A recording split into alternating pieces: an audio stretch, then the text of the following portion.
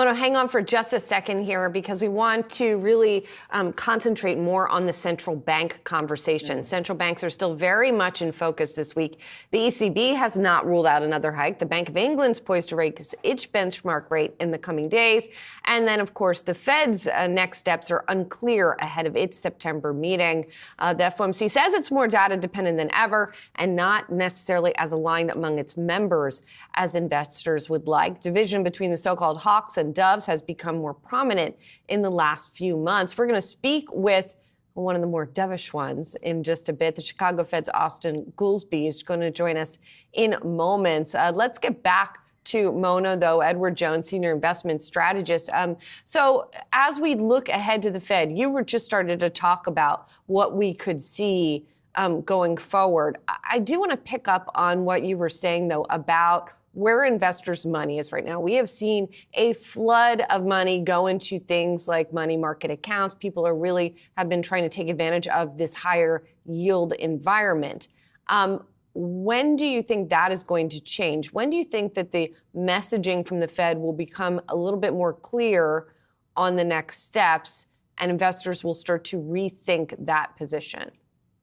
Yeah, look, on the Fed, they will be reluctant to declare any sort of mission accomplished too soon. And so we do expect their rhetoric at least to remain somewhat hawkishly tilted in that, the threat of another rate hike is always kind of imminent. But that being said, we've seen some of their projections back in June. They did release an economic projections that also showed where they think the Fed funds rate will be in 2024. And that was 100 basis points lower than where they saw it in 2023. And so when we think about it, this year we don't anticipate any sort of rate cut or perhaps even a discussion of a rate cut. But as we head towards, the end of this year and early next year, could the Fed start at least signaling a potential for moving rates lower? We do think that's feasible, especially if inflation continues to moderate. And when you think about rates at, 5.25% to 5.5%, very much above what the Fed would even consider a neutral rate, which is probably closer to 2.5%. So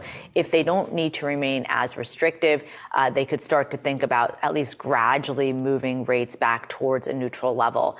But we'd say more broadly on the CD and short-term money opportunity, yes, it's been attractive year to date as rates have moved substantially higher. You're now able to lock in 5.5% or so on short-term money. But as we head through the next 12 months or so, one, there's reinvestment risk there. The yields remaining at these levels probably has a shorter window at this point, maybe the next 6 to 12 months or so.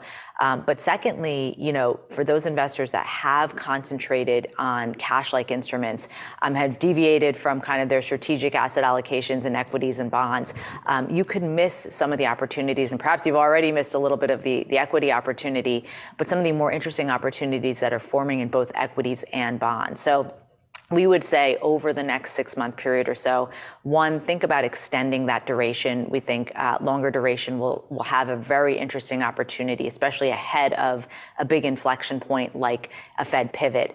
And two, make sure that your allocations in equities and bonds remain aligned to kind of your long-term goals. So you want to make sure, especially in equities, as we talked about, that you have some exposure to the AI trade, but you want to also make sure you have exposure to the broader market leadership that may emerge. So interesting opportunities, we think, in both equities and bonds still ahead of us.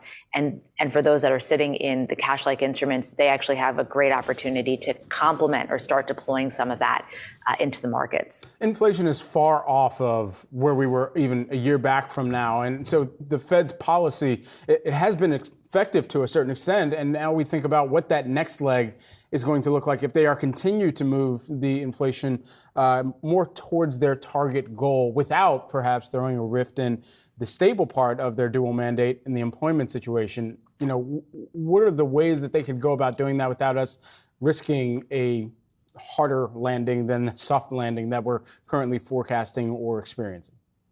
Yeah, it's a great question, and probably one that is the one that everybody has their eyes on. Can they continue, or can we continue to see lower inflation without meaningfully raising the unemployment rate?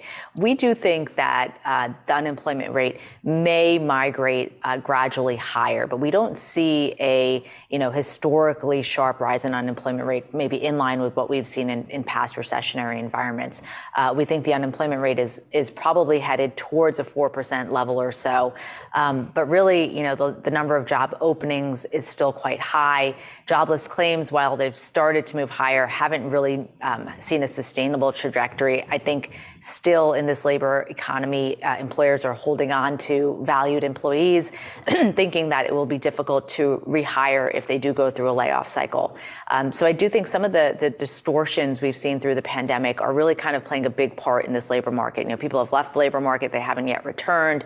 We've seen excess stimulus and savings and how that's impacted a lot of labor market participants and consumers broadly as well. So this labor market has been quite unique versus any time in recent history. And I think the strength of the labor market really can kind of continue to provide the U.S. economy with some sort of cushion to avoid a very hard landing and maybe even avoid, a soft or more than soft landing as well. But we do think, generally speaking, labor market, the unemployment rate can rise, but not to levels that we've seen historically. So probably in line with the Fed's forecast of 4.5% or lower. And inflation can continue to moderate through that period.